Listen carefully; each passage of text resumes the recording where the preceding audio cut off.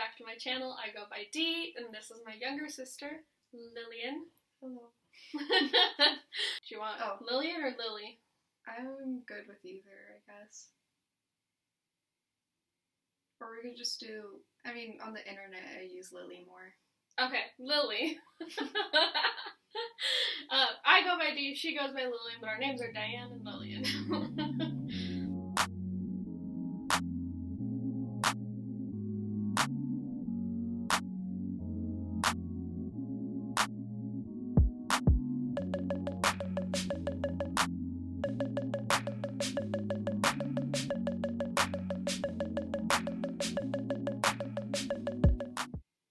Anywho, today we wanted to share our coming out story because we came out together.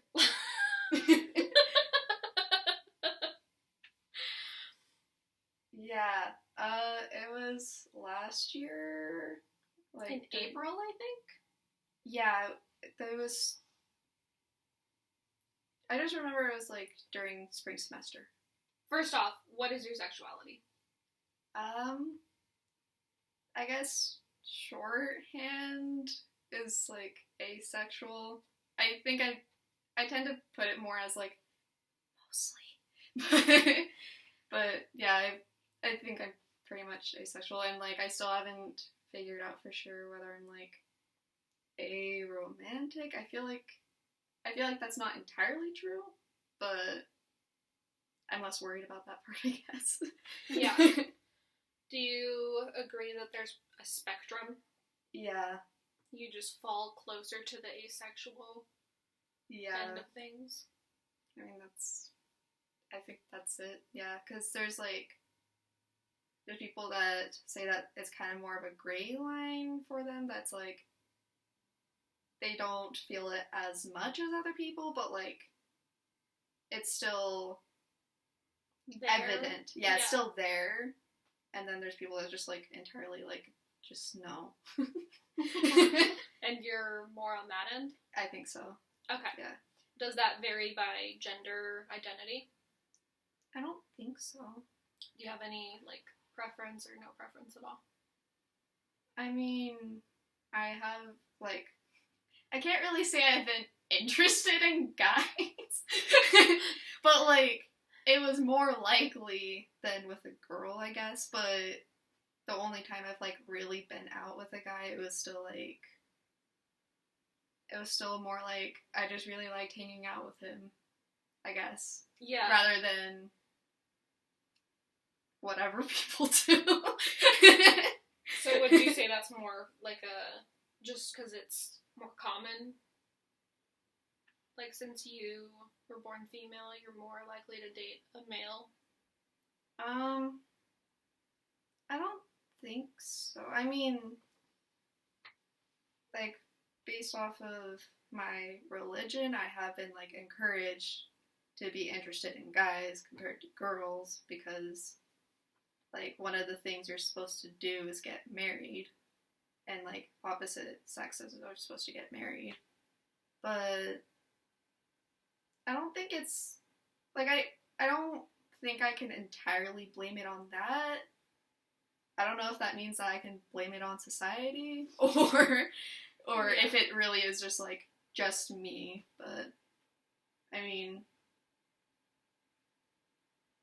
yeah, I don't, there was, a few times when I was younger, when I was, I'd, know that one of my guy friends had a crush on me, and I'd be would I actually consider going out with him? Well, the thought never even, crossed my mind with my friends who were girls, but, most of the time I don't think most of them were interested in girls anyways, so I wouldn't really think of, would I date her? That's fair. I don't know. I'm not entirely sure where it comes from, I guess. Okay. We have both dated men, because that's just how it works in a way. Yeah, that's just the norm. Looking back, even as a kid, I never had any kind of preference for boys. It was just you're supposed to. Yeah, I'm supposed to like boys, and I do like boys, so there's a boy I like, you know? And then I'm on the other end of that spectrum, where I'm pansexual. So for pansexuality, a lot of people, it's very similar to bisexuality, but basically for pansexuality, gender is not even a factor in attraction. Same with a lot of asexual people, like, gender has no impact on whether you want to date someone or not. You don't have an attraction to them either way. And for me, well, you know what I mean. And for me, it's like, gender has no impact on whether I'm attracted to someone, so. Yeah, it's weird because, I mean, it was just, like, a little while after I'd been, like, figuring this out, I'd, like, seen something that was talking about how, asexuality, like, has been considered, like, valid, I guess, like, for longer than we think it has been, because it used to be sectioned under bisexuality. Oh, I don't know about that. Yeah, and I thought that was really interesting, because, like, I hadn't even considered, like, whether that kind of thing would be true for me, too. Like, yeah. Whether gender has anything to do with it. I'm like, I think it doesn't. I think. I would almost say asexuality and pansexuality are basically the same thing. Yeah, just on the opposite ends of, like, the libido spectrum. That's really what it comes down to. But so, neither one of us had come out to each other. And then, at the time, my sister was living here in Utah. I was living in Pittsburgh, Pennsylvania with our parents. And I remember you sent me a video from Strange Eons. Yeah. A lesbian YouTuber, I'll link her channel down below. Talking about lesbian fashion. Yeah. And my sister sent it to me and said something along the lines of, like, I dress like this, does that make me a lesbian, or something like that? And so I watched the video and I thought it was really funny. And then I had always had my suspicions, especially because, I mean, you'd never shown any interest in dating people. I still get annoyed, to be honest, when, like, you guys would keep being like, but you think he's cute, right? And I'm like, no? Like, I don't think he's ugly, but why am I supposed to care? Yeah, and so, it got to the point where we were like, yeah, no, she just doesn't have an interest. Because at first we thought you were just being shy and awkward about it. No. I was genuinely annoyed. I kept thinking I was lying. And so I was like, okay, how did I say it? Like, okay. You were like, but real talk or something like that. Like. Yeah, real talk. Are you asexual or what? I think I sent a video. videos. Oh, yeah, that's what it was. To just show you how, like, flabbergasted you were. Yeah. Okay. Yeah, so I figured that out pretty recently, but I had no idea how to bring it up. Dude. So yeah, I'm pretty sure I'm, like, at least partly, mostly, I figured you'd appreciate seeing my reaction, because I was just like, witchcraft. Yeah. You're the second, like, real person I've told so far. It's just, how do you bring that up? What was going through your mind in that moment? I thought it was, I guess, ironic, because I'd just barely decided to, like, start labeling myself, like, mentally with that, like, a week or two before. Oh my god, that's so weird timing. Yeah, and so then I'm just like, how did she know when I just figured this out? And how did she know that I'd just barely done this, you know? I didn't know that, but... Well, I mean... Yeah, so that was just, like, wild. Yeah, I just remember in the video you were, like, shouting and, like, what? How did you know? And I was like, bruh, it's we been knew. It's kind of obvious. You were not subtle. And so then from there, I was like, well, we're on the subject, I might as well come out too. And at this point, I had figured out that I was pansexual. When around the time that I separated from my husband, I came out as bisexual to him and a few of my close friends who are also part of the community. And, you know, over time, especially, like, going to India and kind of figuring things out a little bit more, I went to Ecuador and came back. Like, I traveled around a bunch before this happened, and then through that, I kind of figured out, oh no, I resonate more with the term pansexual than bisexual, although I use both of them a lot just because bisexuality is more well-known. And so I was like, while we're on the subject, I'm pansexual. Did you know what that meant at that point, or did I explain it? I had heard it before, yeah. I just, like, I think it was just, like, a little bit after, I think I just, like, asked for, like, clarification on, like, what the difference was between that and bi, because it's, like, that's something that I've been, like, I don't really know what, yeah. Yeah, so my understanding of the difference between the two and the reason that I choose to use the label pansexual is bisexuality is you're attracted to your own gender, whatever that is, even if you're non-binary, gender non-conforming, that is, like, you're attracted to that group of people, your own group of people, and at least one other. That's my understanding of it. And so most people, it's like, I'm a woman attracted to women and men, but it can be like, I'm a non-binary person attracted to non-binary people and women or men or whomever. Pansexual, gender isn't even, like, a part of the equation. You're just attracted to people as individuals, and gender literally doesn't even come into play. That is why I identify as pansexual versus bisexual, because that's more how I view things. And so, anywho, we talked about this, and, like, for the next couple of days, I remember we kept sending each other a bunch of memes for each other's, like, sexualities or our own, that we hadn't, like, we had kind of been, like, collecting, but were afraid to send. And then we decided that we were going to come out to our parents together, because we figured that would be easier than doing it individually. Yeah, I mean, the idea had been that it was more likely that they'd just be like, oh, okay, when I say something, but then a little more, like, taken aback, yeah. When you would say your piece. Yeah, and that's exactly how it happened. So, like I said, I was living with my parents in Pittsburgh, Pennsylvania at the time. I was, like, the divorce had barely been processed. It was all a very new thing. You were still living out here in Utah.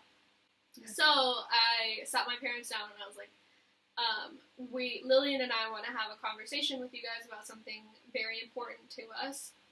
And Lily was on a video call, and so, so Lillian went first and came out as asexual.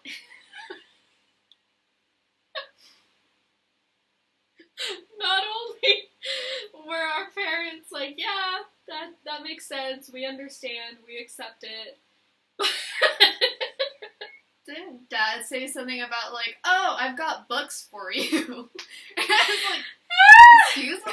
He had a whole list of books that he had been saving on Amazon about asexuality to give to my sister. I didn't get any of them, by the way. But, my mom had told him to, like, wait until she came out to them, rather than kind of pushing that identity on her, which is very, very good that they did that. But I think it's so funny that, like, it seems so weird to me, because it's, like, our dad researches, like, the most random things ever, but, like, that, like, anything having to do with, like, gender and sexuality just doesn't seem to be on his radar at all. You know? Yeah. And Like, so literally, I was like, last week he was telling me about octopi. So this was, like, not something that we thought would, yeah, like, you know. like, the things that he shows me, like almost, like, through a cycle is, like, this cool, like, experimental plane that's gonna come out in, like, 10 years. It'll be, like, Cars, and then it'll be, like, Mantis Shrimp. The same video. Again, the same one you showed me, like, 10 years ago. And, like, oh, what if you lived in Romania? These sorts of things. And then it's like, yeah, I have a whole list of books about asexuality. And then he even started saying, like, yeah, there's, like, a community of asexual people in Salt Lake City or something like that. I'm just like, where is this coming from? And then, here's the funniest part. He said, yeah, I'm not worried about you being asexual. I would be more worried if you were the opposite. Yeah, And I was like, so that's where I come in. like, that's literally what you said. Yeah, because I was just, like, staring at the screen like, oh boy. And I remember my mom was like, oh. Oh no. So I was like, yeah, you know that thing that you just said about the opposite of asexuality? That's what I am. And they were just like, so I explained, I'm pansexual, what that means, all that kind of stuff. And they were like, okay, yeah, that makes sense. And at one point, I remember, towards the end of the conversation, my dad even said, like, I would be more confused if it was the other way around, but this makes sense. Given the fact that I have dated a lot more, and at that point had recently divorced from a marriage, all that kind of stuff. Yeah. Whereas you had always been like, no. Yeah, I mean, yeah, it's just like, I didn't have interest, and, like, it just seemed like so much drama for, like, total stupidity. Yeah, And, I had like, really toxic relationships. I mean, that's how I felt about, like, seeing high school couples, but with you, it was like, so many bad things are happening. And so it just made me very, like, on top of, like, not really, like, looking at people that way. I was just like, I especially don't want to deal with that. Yeah. I was like, I'd rather have, like, no social life than, like, have this happening to me. Yeah, no, and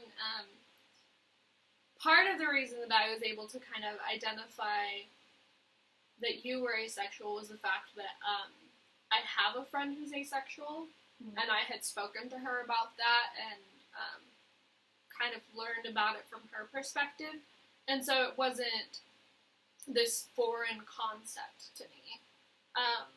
Even though, like, I personally can't relate, I can relate on the level of, like, just viewing everybody as an individual rather than being, like, you know, what are your genitals? Which, like, when you break it down, that's what it's about. But anyways,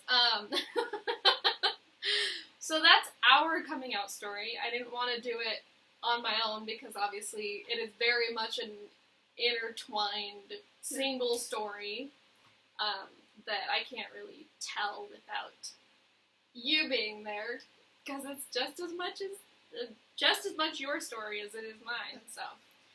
So thank you for joining me for this. Did you have any other things you wanted me to talk about? I would like to do another video just purely talking about asexuality and gender and those sorts of things, but I would like to kind of make that a separate video just because there's a lot to dive into with that. So for now, I just wanted to share our coming out story, and since then it's been a year, almost a year and a half. How have you been feeling since coming out? I can think about how for a long while afterwards, I was doubting myself a lot, like being like, is the reason why you don't think that this person is attractive is because of that or because of something else, or being like, hey, you just thought that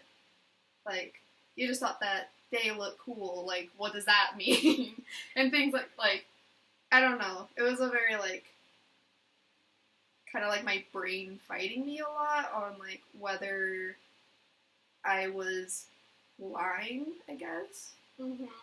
So I dealt with that for a while, but it's kind of settled down at this point, I guess. Like, it's just like, every once in a while, I'm just like, shh. That's a good way to go about it. Yeah, and I think it did help to, like, find a few people, like, on campus that, like, identify the same way, so it's like, okay, yeah, it's a thing that, like, real people do, and it's not just on the internet. Yeah.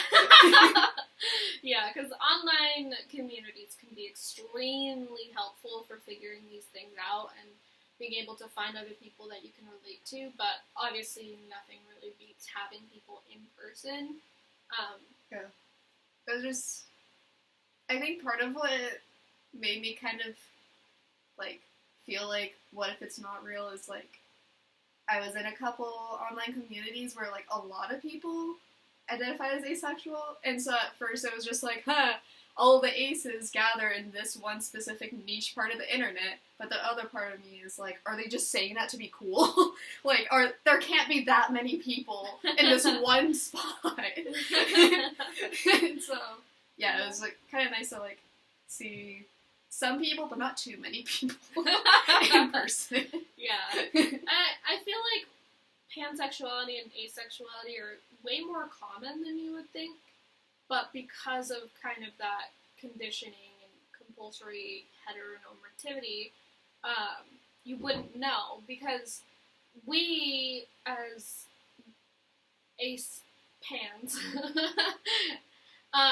viewing genders kind of on the same playing ground and not having any preference, we kind of have that luxury of getting to just pick. We do kind of have that luxury that as long as our partner is respectful and kind and all these things, it doesn't really matter what gender the person is. Whereas if somebody is heterosexual, homosexual, or, you know, they do have a lot more of a rigid box, I guess, of people that they are attracted to. So